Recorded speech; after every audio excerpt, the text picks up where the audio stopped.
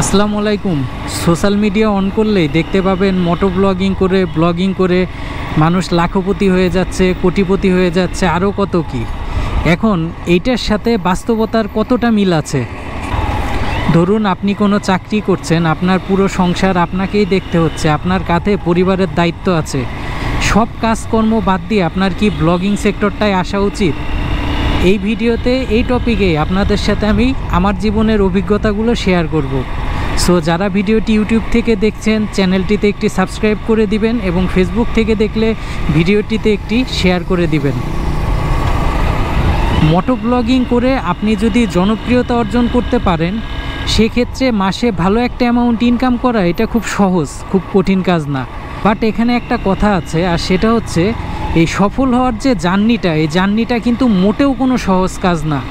আর আপনি যদি চাকরি বাকরি বাদ দিয়ে শুধুমাত্র চিন্তা করেন যে মোটো ব্লগিং শুরু করে আপনি উঠে যাবেন, তাহলে আমি আপনাদেরকে বলবো আপনার যে কাজ আছে সেই কাজটাকে বাদ দিয়ে নতুন অবস্থায় মোটো ব্লগিংটাকে কেরিয়ার হিসেবে নিয়ে আপনার বাকি কাজ বন্ধ করে দেওয়াটা মোটেও উচিত হবে না।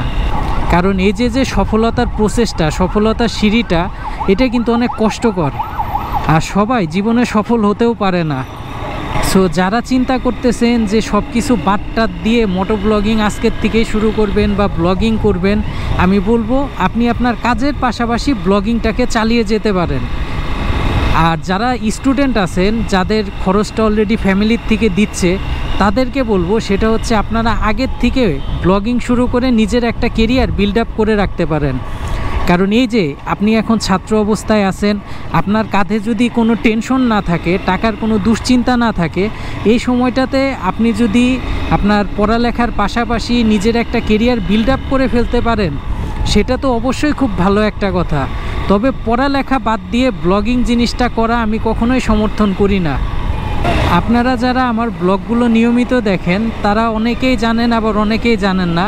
আমি কিন্তু আমার এডুকেশন কমপ্লিট করে, অনেক জায়গায় জব করে, তারপর নিজের ব্যবসা বাণিজ্যকে মোটামুটি একটা অবস্থানে এনে এখন আমি ব্লগিং জিনিসটার দিকে ফোকাস দিছি।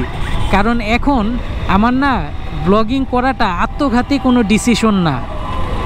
কিন্তু আমি যদি পড়ালেখা বাদ দিয়ে বা যখন চাকরির দরকার ছিল, যখন নিজের কেরিয়ার বিল্ড আপ করার দরকার ছিল, সেই টাইমটাতে সব বাদ দিয়ে ব্লগিংটা করতাম, সেটা হতো আমার জীবনের আত্মঘাতী একটা সিদ্ধান্ত। আর আমার অভিজ্ঞতার থেকে আমি একটা কথা আপনাদের বলি, সেটা হচ্ছে আপনি যদি স্পন্সরশিপ না নিতে পারেন, সেক্ষেত্রে শুধুমাত্র ইউটিউব ফেসবুকের যে রেভিনিউ, সেটা কিন্তু খুব বেশি পরিমাণ টাকা ইউটিউব ফেসবুক থেকে দেয় না নতুন অবস্থায়। সো ওই টাকা দিয়ে মোটামুটি বাইকের ফুয়েল খরচ হওয়াটাও সময়তে অনেক কষ্টকর হয়ে যায়। আর লাক যাদের ফেভার করে সেটা সম্পূর্ণ আলাদা একটা কথা। তো কেউ যদি আমাকে প্রশ্ন করে যে মোটো ব্লগিং করে কি লাখ লাখ টাকা কামানো সম্ভব, আমি বলবো আমি এখন পর্যন্ত যেহেতু কামাইতে পারি নাই, সো আমার পক্ষে এখনও সম্ভব হয় নাই। কিন্তু অনেক সফল ইউটিউবার আছেন, ব্লগার আছেন, যারা অনেক ভালো একটা অ্যামাউন্ট অলরেডি ব্লগিং করে কামাচ্ছেন। ব্লগিং নিয়ে আমার এই ভিডিওটা বানানোর মূল উদ্দেশ্য হচ্ছে যারা স্টুডেন্ট আছে, তারা পড়ালেখা বাদ দিয়ে যাতে ব্লগিংয়ে ফোকাস না করে, এই দিকটা আমি তাদের মাথায় সেট করে দিতে চাই। কারণ পড়ালেখা হচ্ছে সবার আগে। আর একটা জিনিস আপনি মনে রাখবেন, শিক্ষার বিকল্প না কোনো কিছুই হতে পারে না। সো শিক্ষা জিনিসটাকে সবার আগে ফোকাস করুন। আর যারা চাকরি ছেড়ে ব্লগ শুরু করবেন বলে ভাবছেন, তাদেরকে আমি বলবো যে আগে নিজের ব্লগটাকে বা নিজের চ্যানেলটাকে একটা অবস্থানে নিয়ে যান। নিয়ে যাওয়ার পরে ভালো একটা ইনকাম যখন দেখবেন যে আপনি করতে পারতেছেন, তখন আপনি জবটাকে সুইচ করতে পারেন।